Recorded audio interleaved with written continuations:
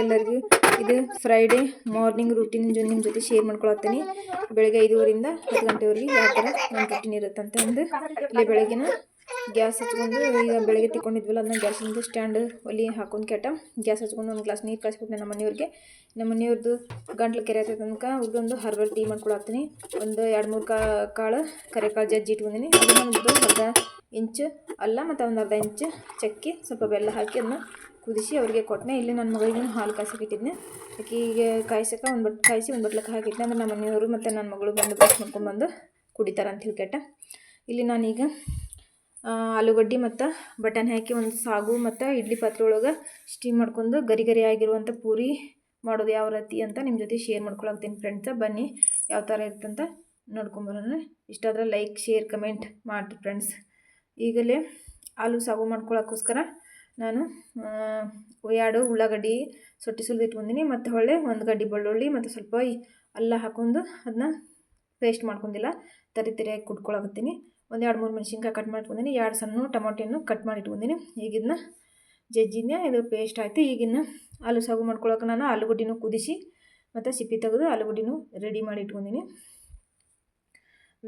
ಇವನ್ನೆಲ್ಲ ರೆಡಿ ಮಾಡ್ಕೊಳ್ಳೋಷ್ಟಲ್ಲೇ ಅದನ್ನ ಆಲೂಗಡ್ಡಿನೂ ಕುದಿಸೋಕಿಟ್ಟಿದ್ದೆ. ಈಗ ಆಲೂಗಡ್ಡಿನೂ ಕುದ್ದಾವು ಮತ್ತು ಕುಕ್ಕರ್ನೂ ಕೂಲಾಗಿತ್ತು. ಹಾಗಾಗಿ ಆಲೂಗಡ್ಡೆ ನಾನು ಸುಲ್ಕೊಂಡು ರೆಡಿ ಮಾಡ್ಕೊಳತ್ತೀನಿ. ಈಗ ಆಲೂಗಡ್ಡೆ ಎಲ್ಲ ಸುಲ್ಕೊಂಡು ರೆಡಿ ಮಾಡ್ಕೊತೀನಿ. ಇದು ಏನಂದರೆ ಇಡ್ಲಿದು ಈ ಥರ ಮಾಡೋಕ್ಕೆ ಏನು ಚಲೋ ಇದು ಆಗುತ್ತಪ್ಪ ಅಂದ್ರೆ ನಮ್ಗೆ ಈಜಿ ಆಗುತ್ತಂದ್ರೆ ಸ್ಟೀಮ್ ಮಾಡಿ ಇಟ್ಕೊಂಡಿವಿ ಅಂದ್ರೆ ನಾವು ಡೀಪ್ ಫ್ರಿಜ್ನೊಳಗೆ 1 ತಿಂಗಳವರೆಗೆ ಇವನ್ನ ಪೂರಿ ಎಲೆ ನಾವು ಸ್ಟೋರ್ ಮಾಡಿ ಇಟ್ಕೋಬೋದು. ನಮ್ಗೆ ಬೇಕಂದ ಮಕ್ಕಳಿಗೆ ಲಂಚ್ ಬಾಕ್ಸಿಗೆ ಬ್ರೇಕ್ಫಾಸ್ಟಿಗೆ ರೆಡಿ ಮಾಡಿ ಸ್ಕೂಲಿಗೆ ಪಟ್ಟಂತ ಕಳಿಸ್ಬೋದು. ಟೈಮ್ ಇರಲ್ಲ ಆವಾಗ, ಮತ್ತು ವರ್ಕಿಂಗ್ ವುಮೆನಿಗೆ ಭಾಳ ಹೆಲ್ಪ್ ಆಗುತ್ತಿದ್ದು. ಹಾಗಾಗಿ ನಿಮ್ಮ ಜೊತೆ ಶೇರ್ ಮಾಡ್ಕೊಂಡಿನಿ. ಈಗ ನಾನು ಇಲ್ಲೇ ಸಾಗು ಮಾಡ್ಕೊಳಕ್ಕೆ ಒಂದು ಕಡಾಯಿಗೆ ಇಟ್ಕೊಂಡಿನಿ. ಕಡಾಯಿ ಇಟ್ಕೊಂಡು ಸ್ವಲ್ಪ ಎಣ್ಣೆ ಹಾಕ್ಕೊಂಡು ಬಿಸಿ ಆದಮೇಲೆ ಸ್ವಲ್ಪ ಜೀರಿಗೆ ಸಾಸಿವೆ ಹಾಕ್ಕೊಂಡಿನಿ. ಹೊಳ್ಳೆ ಮೆಣಸಿನ್ಕಾಯಿ ಕಟ್ ಮಾಡ್ಕೊಂಡಿದ್ದೆಲ್ಲ.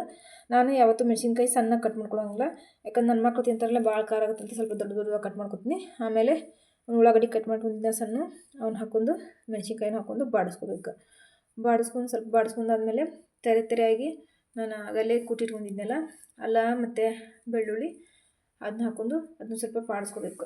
ಸ್ವಲ್ಪ ಅಂದ್ರೆ ಒಂದು ಸ್ವಲ್ಪ ಎಲ್ಲ ಹಸಿ ವಾಸನೆ, ಅಲ್ಲದೆಲ್ಲ ಹಸಿ ವಾಸನೆ ಹೋಗುವಂಗೆ ನಾವು ಸ್ವಲ್ಪ ಬಾಡಿಸ್ಕೋಬೇಕು. ಬಾಡಿಸ್ಕೊಂಡಾದ್ಮೇಲೆ ನಾನು ಇದಕ್ಕೆ ಹಸಿ ಬಟಾಣಿ ನಾನು ಕುದಿಸ್ಕೊಂಡಿಲ್ಲ, ಡೈರೆಕ್ಟಾಗಿ ಇದಕ್ಕೆ ಹಾಕೊಂಡಿನಿ. ಹಾಗಾಗಿ ಇದನ್ನ ಎಣ್ಣೆ ಒಳಗೆ ಸ್ವಲ್ಪ ಬಾಡಿಸ್ಕೊಂಡ್ಬಿಟ್ರಂದ್ರೆ ಇದು ಸಾಫ್ಟ್ ಆಗುತ್ತೆ ಅಂತ ತಿಳ್ಕೆಟ ಈಗ ಎಣ್ಣೆ ಒಳಗೆ ಹಾಕೊಂಡು ಇದನ್ನ ಬಾಡಿಸ್ಕೊಳಕತ್ತೀನಿ. ಇದು ಸ್ವಲ್ಪ ಎಣ್ಣೆ ಮತ್ತು ಟೊಮೆಟೊನೂ ಸೇರಿಸ್ತೀವಲ್ಲ ಅದ್ರ ಜೊತೆ ಇದು ಸಾಫ್ಟ್ ಆಗಿಬಿಡ್ತೈತಿ. ಇದನ್ನು ಜಾಸ್ತಿ ಕುದಿಸೋ ಅವಶ್ಯಕತೆ ಇಲ್ಲ, ಹಾಗಾಗಿ ಹಸಿ ಇರುತ್ತಲ್ಲ. ಹಾಗಾಗಿ ನೀವೇನಾರ ಒಣಗಿದ ಬಟಾಣಿ ಹಾಕ್ಬೇಕಂದ್ರೆ ರಾತ್ರಿನೇ ನೆನೆಸಿಟ್ಕೊಂಡು ಸ್ವಲ್ಪ ಕುದಿಸ್ಕೊಂಡ್ರೆ ಆಯಿತು. ಈಗ ಇದಕ್ಕೆ ಸ್ವಲ್ಪ ಅರಿಶಿನ ಪುಡಿ, ಸ್ವಲ್ಪ ಉಪ್ಪು ಮತ್ತು ಸ್ವಲ್ಪ ಗರಂ ಮಸಾಲ ಅಷ್ಟೇ ಹಾಕೊಂಡಿನಿ ನಾನು. ಮಸಾಲೆ ಬೇಸಿಕ್ ಮಸಾಲೆ, ಜಾಸ್ತಿ ಏನು ಮಸಾಲೆ ಅವಶ್ಯಕತೆ ಇರೋಂಗಿಲ್ಲ. ಆದರೂ ಇದು ಮಸ್ತ್ ಟೇಸ್ಟಾಗಿ ಆಗುತ್ತೆ ಫ್ರೆಂಡ್, ನೀವು ಟ್ರೈ ಮಾಡಿರಿ. ಮತ್ತು ನಾನು ಅದಕ್ಕೆ ಟಮಾಟಿನೂ ಹಾಕ್ಕೊಂಡು ಈಗ ಮಿಕ್ಸ್ ಮಾಡ್ಕೊಳ್ತೀನಿ. ಎಲ್ಲ ಮಿಕ್ಸ್ ಮಾಡ್ಕೊಂಡು ಇದನ್ನು ಟಮಾಟಿನ ಪೂರ್ತಿ ಸಾಫ್ಟ್ ಆಗೋ ತನಕ ನಾವು ಇದನ್ನು ಲಿಡ್ ಮುಚ್ಚಿ ಒಂದು 5 ನಿಮಿಷ ಕುದಿಸ್ಕೋಬೇಕು. ಅಷ್ಟೊಳಗೆ ಇದು ಟಮಾಟಿನೆಲ್ಲ ಸಾಫ್ಟ್ ಆಗುತ್ತೆ. ಹಾಗಾಗಿ ನಾನೀಗ 5 ನಿಮಿಷ ಲಿಡ್ ಮುಚ್ಚಿ ಕುದಿಸೋಕಿಟ್ಟಿದ್ದೆ. ಇದೆಲ್ಲ ಸಾಫ್ಟ್ ಆಗೈತಿ. ಸಾಫ್ಟ್ ಆದಮೇಲೆ ಏನಿಲ್ಲ, ನಮ್ಮದು ಬೇಯಿಸಿ ಸೊಟ್ಟಿ ಸುಲಿದಂಥ ಆಲೂಗಡ್ಡಿನ ಮ್ಯಾಶ್ ಮಾಡಿ ಇಟ್ಕೊಂಡಿರ್ತೀವಲ್ಲ ಅದನ್ನ ಇದಕ್ಕೆ ಹಾಕ್ಕೊಂಡು ಮಿಕ್ಸ್ ಮಾಡ್ಕೋಬೇಕು. ನಿಮ್ಗೇನಾರ ಆಲೂಗಡ್ಡೆ ಕಮ್ಮಿನ ನೀವು ಕುದಿಸಿದ್ದು ಬಟಾಣಿ ಜಾಸ್ತಿ ಹಾಕ್ಕೊಂಡಿದ್ರಂದ್ರೆ ನೀವು ಸ್ವಲ್ಪ ಕಡಲೆ ಹಿಟ್ಟು ನೀರೊಳಗೆ ಕಲಿಸ್ಕೊಂಡು ಹಾಕೋಬೋದು. ನಾನಿಲ್ಲಿ ಜಾಸ್ತಿ ಏನು ಇದನ್ನು ಮಾಡಿಲ್ಲ, ನಾನು ಆಲೂಗಡ್ಡಿನ ಜಾಸ್ತಿ ಹಾಕ್ಕೊಂಡಿದ್ನಲ್ಲ, ಹಾಗಾಗಿ ಸ್ವಲ್ಪ ಅದನ್ನ ಸ್ವಲ್ಪ ಮ್ಯಾಶ್ ಮಾಡ್ಕೊಂಡಿದ್ದೆ. ಅದಕ್ಕೆ ಮತ್ತು ನಾನು ನೀರು ಹಾಕ್ಕೊಂಡಿದ್ದಕ್ಕೆ ಕರೆಕ್ಟಾಗಿತ್ತು. ಹಾಗಾಗಿ ನಾನು ಜಾಸ್ತಿ ನೀರನ್ನು ತೆಳ್ಳಗೂ ಮಾಡಿಲ್ಲ, ಜಾಸ್ತಿ ಗಟ್ಟಿನೂ ಮಾಡಿಲ್ಲ, ಒಂದು ಮೀಡಿಯಮಾಗಿ ಮಾಡೀನಿ. ಈಗ ಈ ಥರ ಆದ್ರಂದ್ರೆ ಆಲೂ ಬಟಾಣಿ ಸಾಗು ಪೂರಿಗೆ ಕಾಂಬಿನೇಷನ್ ಆಗಿ ಸೂಪರಾಗಿರ್ತೈತೆ ನೋಡಿರಿ ಫ್ರೆಂಡ್ಸ. ಪೂರಿಗೆ ಅಂತೂ ಸಖತ್ತಾಗಿರುತ್ತೆ. ಪೂರಿಗೆ, ಚಪಾತಿಗೆ ಮತ್ತು ಬಿಸಿ ಅನ್ನಕ್ಕೂ ಚಲೋ ಇರುತ್ತೆ ಇದು. ಪೂರಿ ಮತ್ತು ಆಲೂ ಬಟಾಣಿ ಸಾಗು ಪೂರಿಗೆ ಎಲ್ಲದಕ್ಕೂ ಹೊಂದ್ಕೊಳ್ತಂತಲೇ ಇದನ್ನು ಮಾಡಿ ನಾನು. ಪೂರಿಗಂತೂ ಸಖತ್ತಾಗಿರುತ್ತೆ. ನೀವು ಮನೆಯೊಳಗೆ ಒಂದ್ಸರಿ ಟ್ರೈ ಮಾಡಿರಿ. ಈಗ ನಾನು ಪೂರಿ ಮಾಡ್ಕೊಳಕ್ಕೆ ನಾವು ಒಂದೊಂದು ಪೂರಿ ಲಟ್ಟಿಸ್ಕೊತೀವಲ್ಲ ಅದು ಸ್ವಲ್ಪ ಟೈಮ್ ಹಿಡಿಯುತ್ತೆ. ಈ ಥರ ಆದ್ರಂದ್ರೆ ಪಟ ಆಗುತ್ತೆ. ಹಾಗಾಗಿ ನಾನು ಈ ಥರನ ಮಾಡ್ಕೊಳಕತ್ತೀನಿ. ಇದಕ್ಕೆ ನನ್ನ ಮಕ್ಕಳಿಗೆ ಈ ಥರ ಒಂದು ಸೈಜಿನ ಪೂರಿ ಮತ್ತು ಇವು ಈಗ ನಾನು ಒಂದು ಕಾಫಿ ಮಗ್ಗಿಂದ ಮಾಡ್ಕೊಳಕತ್ತೀನಿ ಇದನ್ನು. ಇವು ಅಷ್ಟೊಂದು ದೊಡ್ಡ ಆಗಲ್ಲ, ಸಣ್ಣ ಹಾಕೋ. ಹಾಗಾಗಿ ನನ್ನ ಮಗಳಿಗೆ ಮಿನಿ ದೋಸೆ ಮತ್ತು ಮಿನಿ ಪೂರಿ ಅಂದರೆ ಭಾಳ ಇಷ್ಟ. ಹಾಗಾಗಿ ನನ್ನ ಮಕ್ಕಳಿಗೆ ಅದೇ ಥರನ ಇಷ್ಟ ಆಗುತ್ತಲ್ಲ, ಅವ್ರು ಖುಷಿಯಾಗಿ ಸ್ಕೂಲಿಗೆ ತೊಗೊಂಡು ಹೋಗ್ತಾರೆ ಅಂತೇಳಿ ನಾನು ಅದೇ ಥರ ಮಾಡತ್ತೀನಿ. ಇದನ್ನ ಎಲೆ ಜಾಸ್ತಿ ತೆಳ್ಳಗೆ ಮಾಡ್ಕೊಬಾರ್ದು ನೋಡಿರಿ. ಈ ಥರ ನಾನು ಯಾವ ಥರ ದಪ್ಪ ಇಟ್ಕೊಂಡಿನಿ ಅದೇ ಥರ ದಪ್ಪ ಇಟ್ಕೊಂಡು ನೀವು ಮಾಡ್ಕೋಬೇಕು. ನನಗೆ ಇಡ್ಲಿ ಪಾತ್ರೆ ಒಳಗೆ ನೀರು ಬಿಸಿ ಮಾಡ್ಕೊಳಕ್ಕೆ ಇಟ್ಕೊಂಡಿದ್ದೆ. ಹಾಗಾಗಿ ಇಲ್ಲೇ ಸ್ವಲ್ಪ ಎಣ್ಣೆನ ಹಚ್ಕೊಂಡು ಕ್ಯಾಟ ಈಗ ಅವನಷ್ಟು ಪೂರಿ ರೆಡಿ ಮಾಡ್ಕೊಂಡಿನಲ್ಲ ಅವನಷ್ಟು ಅದ್ರೊಳಗೆ ಹಾಕೊಳಕತ್ತೀನಿ ನೋಡ್ರಿ. ನಾನು ಹಂಗೆ ಸ್ವಲ್ಪ ಜಾಸ್ತಿನೇ ಮಾಡ್ಕೊಂಬಿಟ್ಟಿನಿ, ಯಾಕಂದ್ರೆ ನಮ್ಮ ಮನೆಯವರಿಗೆ ಮತ್ತು ನಮಗೆ ಎಲ್ಲರಿಗೂ ಆಗ್ಬೇಕಲ್ಲ ಅಂತ ಹೇಳಿ ಕೇಟ ನಾನು ಹಂಗೆ ಈಗ ನಿಮಗೆ ಒಂದು ಬೇರೆ ಅಷ್ಟು ಸ್ಟೀಮ್ ಮಾಡಿ ತೋರಿಸಿನಿ. ನಾನು 3-4 ಬೇರೆ ಸ್ಟೀಮ್ ಮಾಡ್ಕೊಂಡೆ, ಒಂದಿಷ್ಟು ಸ್ಟೋರ್ ಮಾಡಿ ಡಬ್ಬಿ ಒಳಗೂ ಹಾಕಿಟ್ಟು ನಾನು. ಮತ್ತು ಯಾವಾಗಾರ ಒಂದಿನ ನನ್ನ ಮಕ್ಕಳಿಗೆ ಅಷ್ಟ ಏನಾರ ಒಂದು ಪೂರಿ ಜೊತೆ ಕಾಂಬಿನೇಷನ್ ಆಗುವಂಥ ಯಾವ್ದಾರ ಸಬ್ಜಿ ಮಾಡಿರ್ತೀನಲ್ಲ ಅದ್ರ ಜೊತೆ ಹಾಕಿ ಕಳ್ಸಕ್ಕಂತೇಳಿ ಕೇಟ ನಾನು ಒಂದು ಡಬ್ಬ್ಯಾಗೇನು ಎತ್ತಿಟ್ಕೊಂಡೆ. ಚಲೋ ಹಾಕೋ ಫ್ರೆಂಡ್ಸ್ ಇದು, ಯಾಕಂದರೆ ಎಣ್ಣೆ ಈ ಥರ ಸ್ಟೀಮ್ ಮಾಡೋದ್ರಿಂದ ಬೆನಿಫಿಟ್. ಮತ್ತು ಇನ್ನೊಂದು ಏನಂದರೆ ಎಣ್ಣೆ ಜಾಸ್ತಿ ಇರ್ಕೊಳ್ಳಂಗಿಲ್ಲ ಪೂರಿ, ಹಾಗಾಗಿ ಇದು ನಮ್ಗೆ ಒಳ್ಳೆಯದು. ಮತ್ತು ಪೂರಿ ಜಾಸ್ತಿ ತಿಂದ್ರೂ ತಿನ್ಬೋದು, ವಾರದಾಗ 1 ಸರಿ 2 ಸರಿ ಈ ಥರ ಸ್ಟೀಮ್ ಮಾಡ್ಕೊಂಡು ತಿಂದ್ರೂ ನಮ್ಗೆ ಜಾಸ್ತಿ ಎಣ್ಣೆ ತಿಂದೀವಂತ ಫೀಲ್ ಅನಿಸಲ್ಲ. ಹಾಗಾಗಿ ನಾನು ಈ ಥರ ಸ್ಟೀಮ್ ಮಾಡ್ಕೊಳ್ಳೋದು ಒಳ್ಳೆಯದಂತ ಹೇಳ್ತೀನಿ. ಇಷ್ಟ ಆದರೆ ನೀವು ಖಂಡಿತ ಮನೆಯಾಗ ಟ್ರೈ ಮಾಡಿರಿ, ಹೆಂಗಿತ್ತಂತ ಕಮೆಂಟ್ನೊಳಗೆ ಹೇಳ್ರಿ ಫ್ರೆಂಡ್ಸ್. ಈಗ ಅಷ್ಟು ಸ್ಟೀಮ್ ಮಾಡ್ಕೊಂಡು ನಾನು ಒಂದು ತಟ್ಟಿಗೆ ತೆಗೆದು ತುರ್ಸಾಕ್ತೀನಿ ನೋಡ್ರಿ.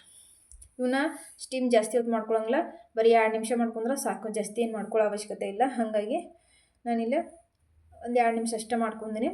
ಈಗ ನಾನು ಇವನ್ನ ಡಬ್ಬಿ ಒಳಗೆ ಈ ಥರ ಟೈಟಾಗಿ ಮುಚ್ಚುವಂಥ ಒಂದು ಏರ್ಟೈಟ್ ಕಂಟೈನರ್ ಒಳಗರ ಹಾಕೋಬೋದು ನೀವು, ಇಲ್ಲಾಂದ್ರೆ ಜಿಪ್ ಇರುವಂಥ ಒಂದು ಜಿಪ್ ಲಾಕ್ ಬ್ಯಾಗ್ ಬರುತ್ತಲ್ಲ ಅದರೊಳಗೂ ಹಾಕೋಬೋದು. ನನ್ನ ಹತ್ರ ಅದು ಇಲ್ಲ, ಹಾಗಾಗಿ ಇದು ಟೈಟಾಗಿ ಮುಚ್ಚುತ್ತಿದೆ ಡಬ್ಬಿ. ಹಾಗಾಗಿ ಇದನ್ನು ಹಾಕಿ ನೀವು ಫ್ರಿಜ್ನಾಗ ಇಟ್ಕೋಬಾರ್ದು, ಫ್ರೀಜರ್ನಾಗ ಇಟ್ಕೋಬೇಕು, ಡೀಪ್ ಫ್ರಿಜ್ನೊಳಗೆ ಇಟ್ಕೋಬೇಕು. ಹಾಗಾಗಿ ನಾನು ಇಲ್ಲಿ ಎಣ್ಣೆ ಒಳಗೂ ಹಾಕಿ ನಿಮ್ಗೆ ಫ್ರೈ ಮಾಡಿ ತೋರ್ಸಾಕ್ತೀನಿ ನೋಡ್ರಿ.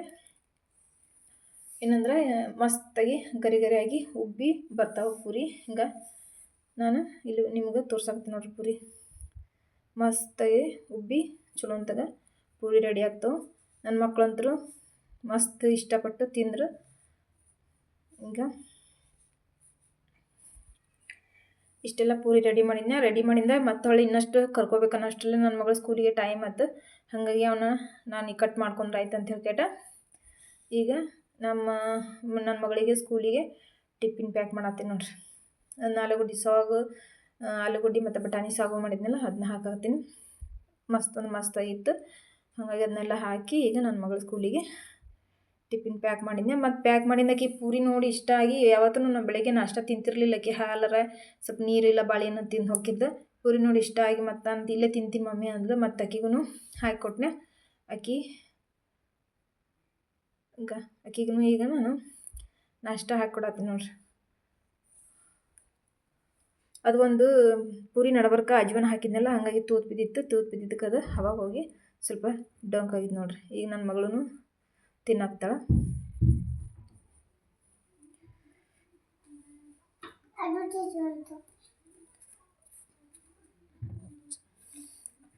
ಈಗ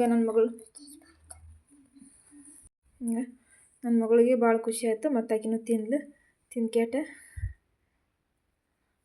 ಈಗ ನಾನು ಆಕೆ ಖುಷಿ ಆಗತ್ಲು. ಮಮ್ಮಿ ಏನಂದ್ರೆ ಸಣ್ಣ ಪಾನಿಪುರಿ ಇರ್ತಲ್ಲ ಕುರಿ ಆ ಥರ ಆಗ್ಯಾವ ಮಮ್ಮಿ ಅಂತ ನನ್ನ ಮಗಳು ಹೇಳಾಕತ್ತಿದ್ಲು. ಯಾಕಂದ್ರೆ ಸ್ವಲ್ಪ ಪಾನಿಪುರಿನೂ ಇಷ್ಟ, ಇದಕ್ಕಿಂತ ಒಂಚೂರು ದೊಡ್ಡ ಸಣ್ಣ ಸೈಜ್ ಇರ್ತಾವೆ ಅಷ್ಟ, ನಾನು ಅದಕ್ಕಿಂತ ಒಂಚೂರು ದೊಡ್ಡ ಅಷ್ಟ ಮಾಡೀನಿ ಪೂರಿ. ಹಾಗಾಗಿ ಮತ್ತು ನನ್ನ ಮಗಳನ್ನೆಲ್ಲ ಸ್ಕೂಲಿಗೆ ಕಳಿಸಿ ಕ್ಯಾಟ ಇಲ್ಲೇ ನಾನು ನನ್ನ ಮಗಳು ಸಣ್ಣಕ್ಕೆದ್ಲು. ಮತ್ತು ಆಕೆಗೆ ಹಾಲು ಕಾಯಿಸಿ ಕೊಟ್ಕೇಟ ಇಲ್ಲಿ ಜಾಸ್ತಿ ತಂಡಿರೋದ್ರಿಂದ ಸ್ವಲ್ಪ ನಾನು ಅಲ್ಲಿ ಹಾಕಿ ಚಹಾ ಮಾಡ್ಕೊಂಡೆ.